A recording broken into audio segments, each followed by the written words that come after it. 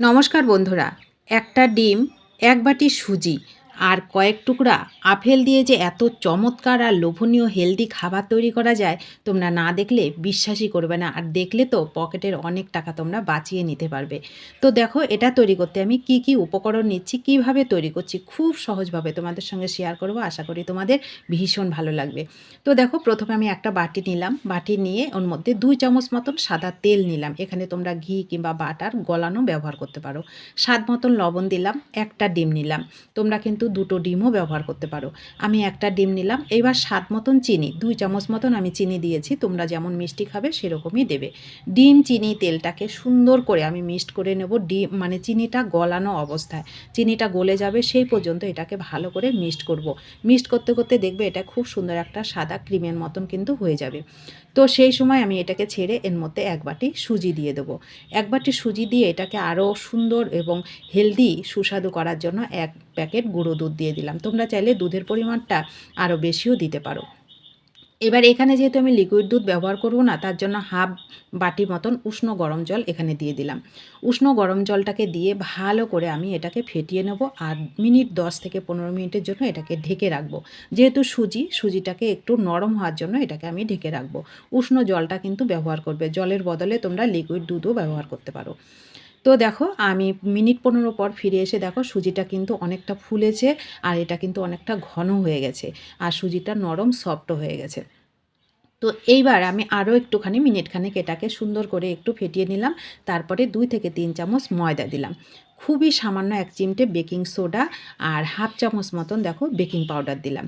দিয়ে এবার এই উপকরণগুলোকেও সুন্দর করে আমি একটু সময় নিয়ে এইবার আমি কিন্তু এটাকে ফেটাবো। সময় বলতে এখানে 5 থেকে 6 মিনিট ধরে আমি এটাকে ফেটাবো। এই সময় তোমরা কিন্তু এই কাজটা মিক্সি জারের মধ্যেও করতে পারো।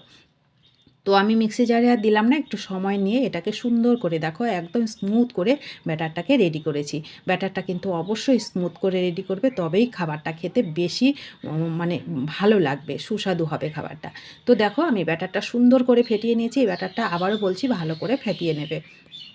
তো ফেটানো হয়ে গেলে এখানে 2 চামচ 50 গ্রামের মতন আমি একটু ভাজা চীনাবাদাম একটু গুঁড়ো করে এর মধ্যে দিয়ে দিলাম।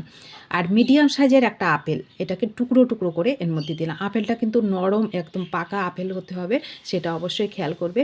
আর আপেলের টুকরোটা আমি কিন্তু একটু বড় করে দিয়েছি। বড় করে দেওয়ার কারণ হচ্ছে এই যে আমি ফেটাচ্ছি, এই ফেটাতে ফেটাতে আপেলের কিছু অংশ এই মিশ্রণের মধ্যে সুন্দর করে কিন্তু মিশে যাবে। সেক্ষেত্রে খাবারটা আরও বেশি ভালো লাগবে।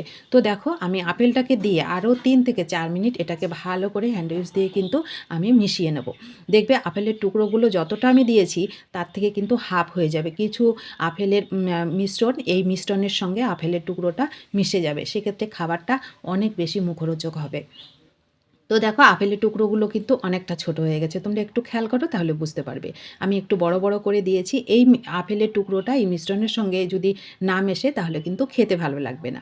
তো আমি আরও 3 থেকে 4 মিনিট হ্যান্ড উইচ দিয়ে ভালো করে দেখো এটাকে মিশিয়ে নিয়েছি। আপেলের টুকরোটা দেখো কিন্তু অনেকটা ছোট হয়ে গেছে। তো এইবার আমার মিশ্রণ একদম সম্পূর্ণ রেডি হয়ে গেল। এবার আমি যেই বাটিতে এটা তৈরি করব, আমি তৈরি করব আজকে হচ্ছে ফ্রুট কেক, আপেলের ফ্রুট কেক।